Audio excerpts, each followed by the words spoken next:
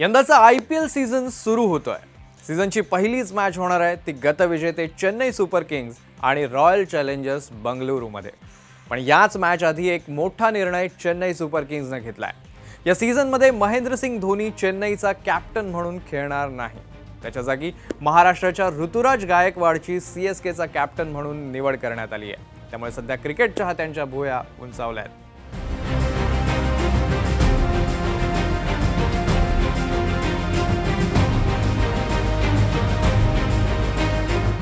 2008 पासून आतापर्यंत महेंद्रसिंग धोनीने चेन्नईचा कॅप्टन म्हणून आपली जबाबदारी समर्थपणे पार पाडली आहे। त्याने एक दोनदा नव्हे तर तब्बल 5 वेळा IPL ची ट्रॉफी जिंकली आहे। 2020 मध्ये आंतरराष्ट्रीय क्रिकेटमधून निवृत्त झाल्यानंतर धोनी IPL मध्ये खेळत राहिला। धोनी नंतर चेन्नईचा कॅप्टन कोण असा प्रश्न गेल्या काही सीझन पासून सातत्याने विचारला जात होता।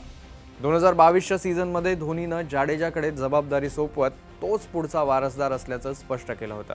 पण जाडेजाला ती जबाबदारी पेलवली नाही आणि धोनीच पुढे कॅप्टन म्हणून राहिला आणि त्याने 2023 च्या सीझन मध्ये ट्रॉफी ही जिंकून दिली।